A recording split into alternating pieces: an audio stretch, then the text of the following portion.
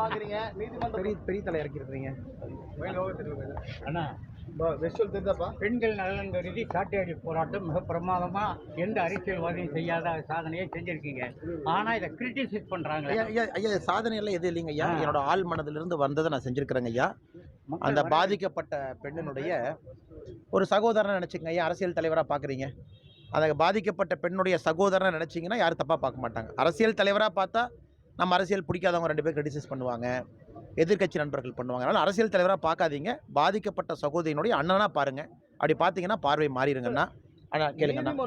அண்ணா இதை நான் வரவேற்கின்றேங்கண்ணா. காரணம், நம்முடைய செய்தியாளர் சந்திப்பில் அதை பற்றி நம்ம ரொம்ப தீர்க்கமாக பேசணும். இந்த எஃப்ஐஆர் என்பது இது ஒரு மேனிப்புலேட்டட் ஸ்டேட்மெண்ட்டு, அவங்களுடைய மனதிலிருந்து வந்திருக்கக்கூடிய கருத்தாக இது தெரியவில்லை.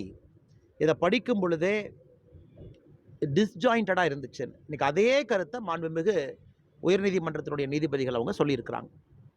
அன்னைக்கு நாம் சொன்னோம், இவ்வளோ கேர்லெஸ்ஸாக நீங்கள் பண்ணியிருக்கீங்களே, அது ட்ரையலில் நிற்குமான்னு அந்த கருத்தை இன்றைக்கி பதிவு செஞ்சுருக்கிறாங்க.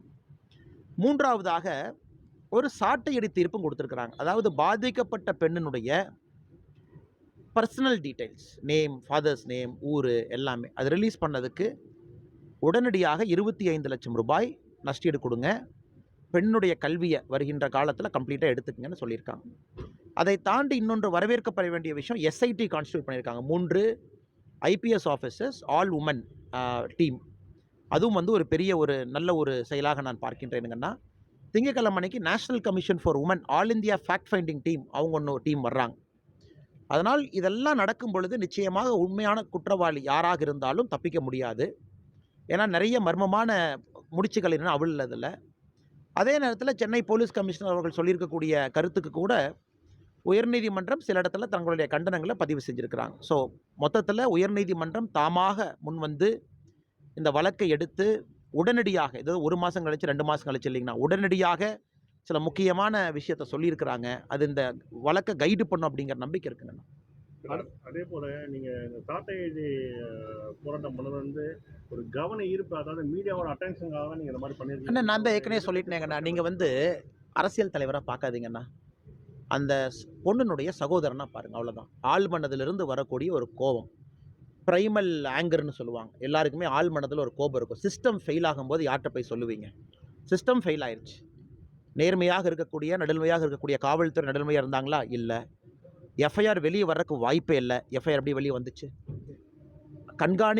கண்காணிப்பு பட்டியலில் இருக்க வேண்டிய ஒரு மனிதன் இலவசமாக ஒரு தார்காரை வச்சு ரோம் பண்ணிக்கிட்டு இருக்கான். அமைச்சர் பெருமக்களே வீட்டில் போய் உணவருந்துற புகைப்படத்தை பார்க்குறோம். சிஸ்டம் கெட்டு போச்சு. சிஸ்டம் கெட்டு போச்சுன்னா உங்கள் கையில் என்ன இருக்குங்கண்ணா?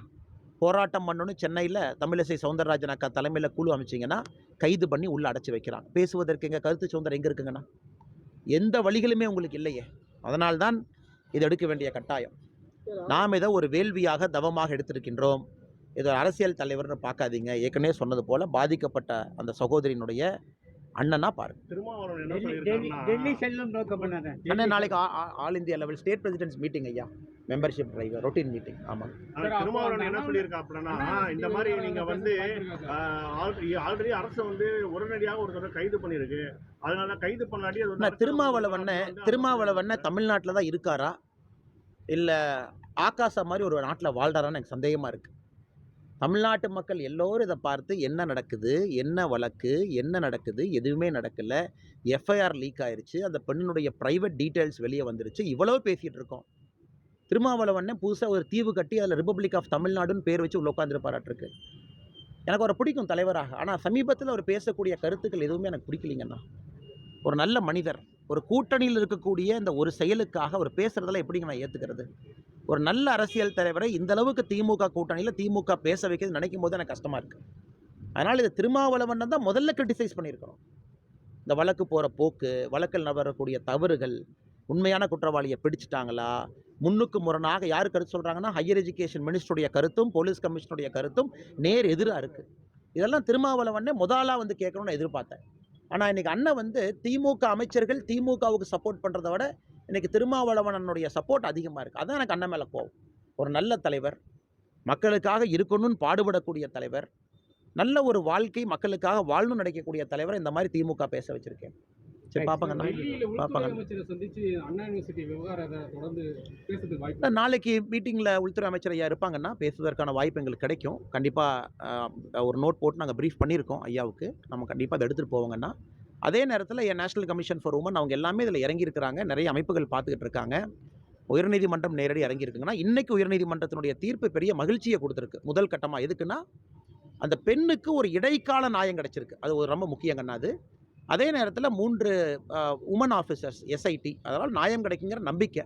அதனால் பொறுத்திருந்து பார்ப்பங்கண்ணா. இது ஒரு மாதிரி அந்த தவறு பாதையிலிருந்து தடம் பிறண்டு செல்லும் பொழுது மறுபடியும் நாங்கள் இதை தாண்டி மேலே செல்ல வேண்டி வருங்கன்னா அப்போ போகிறோம். இந்த நன்றிங்கண்ணா. பாமக பொதுக்குழு கூட்டத்தில் வந்து பார்த்தீங்கன்னா இன்னைக்கு ஒருத்தரோட பதவி நியமிக்கிறதுல வந்து அன்புமணி ராமதாஸும் கருத்து வேறுபாடு அண்ணே, ஏற்பட்டு கருத்து வேறுபாடு இல்லைன்னா கருத்து பரிமாற்றம்.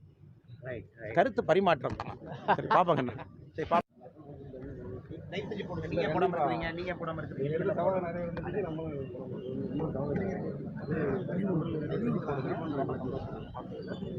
எனக்காக நீ சிறப்பு போடணும். நான் போடாமல் இருக்கேன். ஓகே